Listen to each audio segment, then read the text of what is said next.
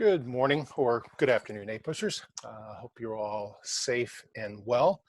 Today I want to talk to you a little bit about how to get the nuance point on an AP history essay. It is a tricky point to get. I think I saw somewhere that only about 2% of students who write the DBQ on the AP US exam get the point. That's why some teachers call it the unicorn point. I don't like that name because I think you can, in fact, get it. And with a little planning, you will. So let's walk through the process of how to make sure you do that. So first, just a reminder what nuance means. Nuance means a subtle difference in shade, in or shade of meaning. Okay? In an essay, this means avoiding making absolute claims, such as the claim that X was the only cause of Y. Right? If you make an absolute claim like that, somebody only has to come up with one, even very small counterexample to prove you're wrong. At the same time, you don't want to be so general that you make meaningless claims, the kind of stereotypical freshman thesis statement that I like to make fun of, along the lines of, there are many pros and cons to all sides of this claim, right? So you need to be somewhere in between those two in order to get the nuance point. So what's that look like? Well, according to the AP folks at AP Central, there are several different ways of getting the nuance point. One is to explain the nuance of an issue by analyzing multiple variables, right? So rather than saying X is the only cause of Y, say A, B, and C all contributed to Y. Now, I think you probably need to, by ranking them in importance. So saying A and B contributed to Y, but C is really the underlying cause of those things, or it is to a large extent, the greatest cause, or something like that. You can also qualify or modify an argument by considering diverse or alternative views of evidence. This is what some of you call developing a counter argument. I'll talk in a little bit about why I think that's not the best way to frame that.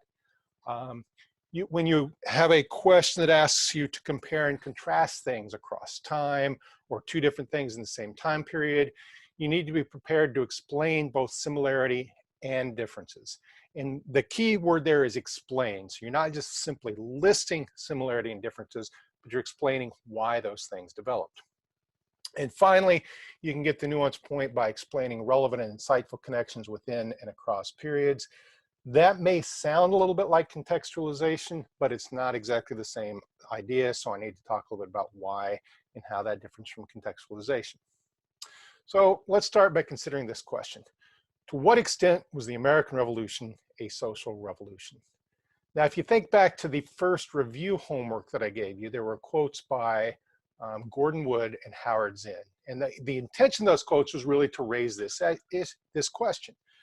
Gordon Wood argues that the American Revolution was in fact a profound social revolution, that it dramatically changed society, whereas Howard Zinn argued that it did not. So that's a very possible kind of AP DBQ question or essay question, or if we had it this year, it could even be a short answer question. Here's a possible thesis in answer to that, right? The American Revolution was a social revolution, as demonstrated by the fact that revolutionary ideals led to greater religious toleration, the abolition of slavery in some parts of the United States, a greater emphasis on education, and changing understandings of the role of women. Right? Now that's a pretty solid thesis statement. It sets up the argument well, it directly responds to the prompt, it prepares you to make a good solid argument, and you would definitely get a point for that. If you think about what evidence you could offer for that, and these are all things that you could have cited as evidence in support of Gordon Wood's argument back on the first review assignment. State constitutions, some state constitutions, and the Northwest ordinances provided for religious liberty. So you could talk about the expansion of religious liberty as one of the important social changes coming out of the American Revolution. The Northwest ordinances also banned slavery in the Northwest Territory. And for that matter, a number of northern states began the process of banning slavery as well, right? And so that's, again, that's an enormous social change. And you can connect that back to revolutionary ideology and through that to the American Revolution itself. Here's something else. You might have had to look this up, but if you went back and looked at the readings we did on this question back in Unit 2, you might discover that by 1776, there were 9 colleges in America, but 16 more were founded in the next 25 years, right? And that shows a renewed emphasis on the nature of education and on expanding educational opportunity. By the same token, you could note that 3/4 of all the books and pamphlets published in America between 1637 and 1800, that is almost a 200-year time period, 3/4 of those appeared in the final 35 years of the 18th century. That is around the time and just after the American Revolution. And if you were talking about the role of women, you could talk about the emergence of the ideal of Republican motherhood and a renewed emphasis on the private realm as being the foundation of a virtuous republic. So if you wrote all that, you had that thesis statement, you're going to rock the exam, you're going to get a good score, but you're not going to get the nuance point, because it does not set up a nuanced argument, right? There are, in fact, things that suggest the American Revolution was not fully a social revolution, right? It didn't change every single aspect of American society. So in your argument, if not in your thesis statement, at least in your argument, you need to qualify that argument somewhat by acknowledging those things, right? So if you can say that it was a social revolution in these ways, but not in these ways, you can begin to get the nuance point. Again, it's good if you can do that in the thesis statement, but you don't necessarily have to, as long as you do it in the development of your argument. So if you wanted to do it in the thesis statement and as a way of making sure you're setting up that part of your argument, you might have a thesis statement something like this. Although it did not change all aspects of American society, the American Revolution was nonetheless a social revolution, as demonstrated by the fact that revolutionary ideals led to greater religious toleration, the abolition of slavery in some parts of the United States, a greater emphasis on education, and changing understandings of the role of women, right? And that first part in italics there, that's the part that really sets up the nuanced part of your argument. Again, you don't necessarily have to have that in your thesis statement, but you do have to have it in your argument itself. Another way of setting that up is something like this. To a great extent, the American Revolution was a social revolution, and then list the factors that demonstrate that. And then in the text of your essay, go back and argue and demonstrate why that is only true to a great extent, as opposed to being absolutely true. That is, make a nuanced rather than an absolute argument. So again, just to underscore this point, having a thesis statement that sets up a nuanced argument does not get you the nuance point. You really need to develop that in the body of your argument. And in fact, you can get the nuance point even if you do not have that set up in your thesis statement. In other words, you need to provide evidence for any qualification you make to your thesis statement. In the case of the American Revolution, whether or not it was a social revolution, some evidence you could use to qualify or limit the claim that it was a social revolution are things like this. Women were still relegated to the private sphere and could not vote. I think there was a period of about 3 years in New Jersey after the American Revolution when they could vote. New Jersey then later retracted that, however. Slavery, although it was banned in the Northwest Territories, although northern states began to move towards abolishing it, it continued in the South. A lot of people thought that it would die out on its own. As it turned out, they were wrong. And so the fact that it continued in the South set the stage for its eventual expansion in the 19th century, once you have the introduction of the cotton gin and the cotton boom. For that matter, not even all free white men could vote. Suffrage was often limited to property owners within the state. So only a select number of people could actually vote. Howard Zinn made the case in the quotes that you read, the American Revolution proved devastating for Native Americans. Even Gordon Wood concedes that the American Revolution actually increased concentration of wealth in the United States. I don't have that on the PowerPoint, but as I'm talking about that, I'm remembering that point. Although he makes an argument that that in fact was proof of it, the American Revolution is a social revolution. But in any event, that increased concentration of wealth, or the continuation of highly concentrated wealth, is an indication that the American Revolution was perhaps not a social revolution. So why don't I call that a counter argument? Well, if you call it a counter argument, it sounds like what you're suggesting is that all of these things back here, all of these things either are not true or that they don't provide evidence that the American Revolution was not a social revolution. Problem with that is they are true, right? And they do provide evidence against the assertion that the American Revolution was not a social revolution. They just aren't the whole story, right? That's why your argument needs to be nuanced rather than absolute. That is, those pieces of evidence lead you to qualify or limit your argument by acknowledging them, but then explaining why they don't entirely disprove the claim that the revolution was a social revolution. That is, you have to make a nuanced argument. And note here that you could actually flip this around. You could argue that although the American Revolution led to some social changes, those that we listed at the beginning, it ultimately was not a social revolution because of these things, right? And it's a different sort of emphasis and where you place the emphasis. Either of those approaches would get you the nuance point.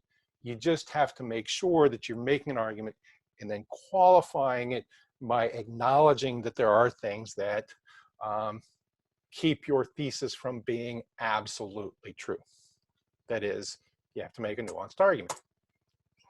All right, here's another example. Consider this question. This is one we spent a lot of time discussing in class. We wrote you wrote, I should say, a DBQ, which was partially focused on this question for the midterm. And the question is this: why did radical Reconstruction ultimately fail to protect the rights of freedmen? So suppose that you wrote this as your thesis statement. Widespread resistance to Reconstruction governments and Southern violence led to the ultimate failure of radical Reconstruction. Now that's a solid thesis. I think it's supportable. It sets up a really strong argument. So you're gonna get a point for the thesis statement, but the thesis statement itself does not necessarily set up a nuanced argument. So if you have a cause and effect question, you need to analyze multiple variables. That is, you need to look for different sources of causation, and you need to be able to analyze those rather than simply listing them. And one way to make sure you do that is to sort them into greater and lesser causes, right? These things are contributing factors, but this thing is the ultimate underlying cause, right? So here's a thesis statement that sets up a nuanced argument. While the corruption of the Grant administration and the panic of 1873 contributed to the failure of radical Reconstruction, the main source of its failure was a rising tide of Southern violence directed against freedmen and against Reconstruction governments in the South. Boom, right? That sets up a nuanced argument. Again, however, just to make sure we're clear on this, you don't get the nuance point by having a thesis statement that sets up a nuanced argument. You actually have to make a nuanced argument. So in this case, you would actually have to explain how the panic of 1873 and the corruption of the Grant administration contributed to the failure of radical Reconstruction, but then you would also have to explain why those were not the main source of its failure. That the main source was the rising tide of Southern violence directed against freedmen and against Reconstruction governments in the South. And if you do that, you're going to get the point for the thesis statement, you're going to get a point for a well-developed argument, and you're going to get the nuance point. Again, just to underscore this point, I know I've said it before, but I'm going to say it again. You don't get the nuance point for simply having multiple variables in the thesis statement. That is, you need to do more than just list them. One of the best ways to do that is to rank them, to talk about what the main causes were, or talk about the relatively causes and then the underlying causes. So the more you can do that, the more you can build an argument around that, the more nuanced your argument is, and the more likely you are to get the nuance point. And in this particular thesis statement, what sets up that analysis is the phrase, the main source of its failure. Again, note that it doesn't say the only source of its failure, it says the main source. So it acknowledges multiple variables, but it also sets up the analysis by saying that one of them was more important than the others, or a couple of them are more important than the others. Once again, to go back to that counter argument point, Here's why I don't want to call it a counter-argument, because that might lead you to write something like this. While some historians argue that the corruption of the Grant administration and the Panic of 1873 were the primary reasons for the failure of radical Reconstruction, its failure was actually caused by a rising tide of Southern violence directed against freedmen and Reconstruction governments in the South. Again, I think that doesn't set up the best argument because, well, A, you're making a claim that I don't think you can substantiate, that some historians have argued that the corruption of the Grant administration and the Panic were the primary causes for the failure of radical Reconstruction. If you can name actual historians who make that argument, then by all means, go with this thesis statement, as long as you can do that. But if you cannot, then don't claim that, right? Do not reject the claim that the corruption of the Grant administration, the Panic of 1873 were causes. Just reject the suggestion that they were primary causes by providing analysis. Again, if you have a thesis statement like this, what you're really doing is not setting up a nuanced argument, you're setting up a straw man. That is a fake argument that you've developed simply so you can knock it down. Now, there are times in which you might want to develop an actual counter argument, and that's when the counter argument actually exists and when you can describe it, right? So in other words, only set up a counter argument if there really is an actual counter argument that you're aware of and that you're prepared to describe and rebut or disprove by doing something more than just saying, oh, the people who believe this are stupid. In the case of Reconstruction, this is a case where you actually should be able to describe a counter argument, should be able to take it on, and should be able to disprove it. That's not the claim, however, that Reconstruction failed because of the Panic of 1873 or because of the corruption of the Grant administration. It's this. Although members of the Dunning School of History, as well as purveyors of the carpetbagger, what is sometimes called the tragic myth, argue that Reconstruction failed because of the corruption and incompetence of Reconstruction governments, these explanations developed as justifications for the reestablishment of white rule in the South. A better explanation, again, not perfect, not absolute, just a better explanation of the failures of Reconstruction can be found in the rising tide of Southern violence directed against freedmen and Reconstruction governments in the South. Now, that works really well. And the reason it works really well is because the Dunning School really exists. The carpetbagger and tragic myths really exist. And those really are flawed explanations of Reconstruction that you can show awareness of and then rebut. And if you do that, you're absolutely going to rock any essay question about Reconstruction.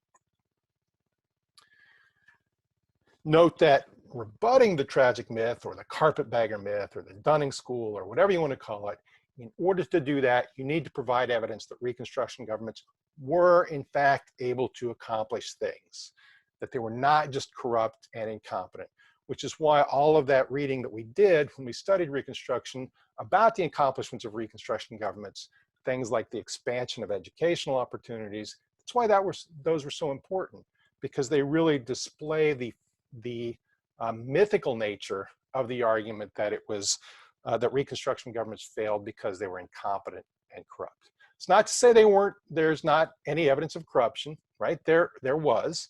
It's not to say that there's some evidence of incompetence. There was. That's pretty much always true when you look at governments anywhere, right? And in Reconstruction governments, we're actually able to accomplish a fair amount of good things despite that. The tragedy, the real tragedy of Reconstruction is not that Reconstruction governments were incompetent and corrupt. The real tragedy of Reconstruction is that those accomplishments were rolled back during the process of redemption. And that's the argument you should be prepared to make.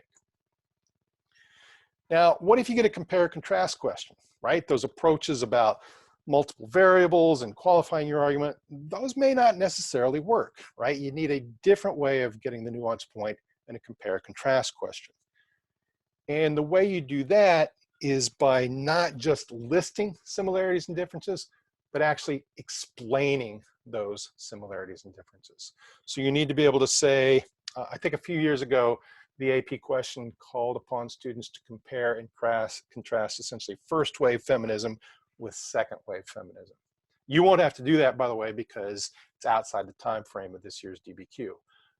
But in order to get the nuance point on that essay, what students had to do was talk about ways in which those movements were similar, but also talk about ways in which they were different, and finally explain those differences, right? And the most obvious starting point for the explanation of the differences is that at the end of first wave feminism, 20th Amendment was ratified and women had the right to vote.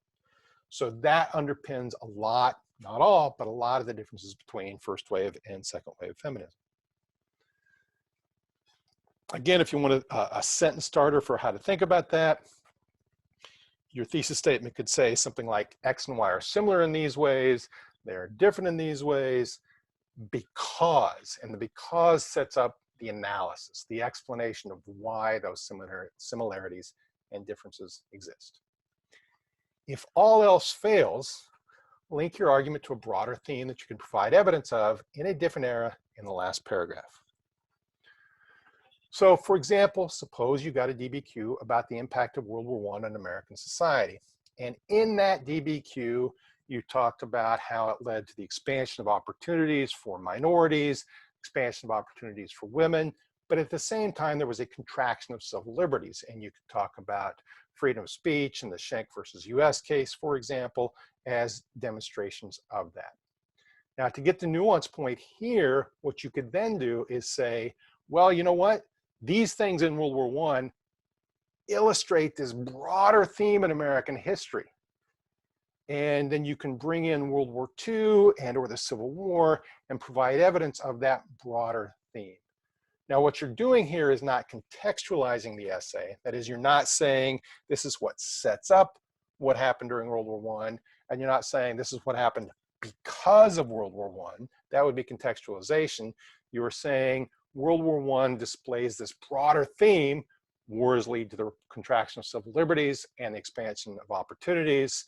And here's some evidence from different time periods that show that broader theme, right? And if you can do that, you can get the nuance point.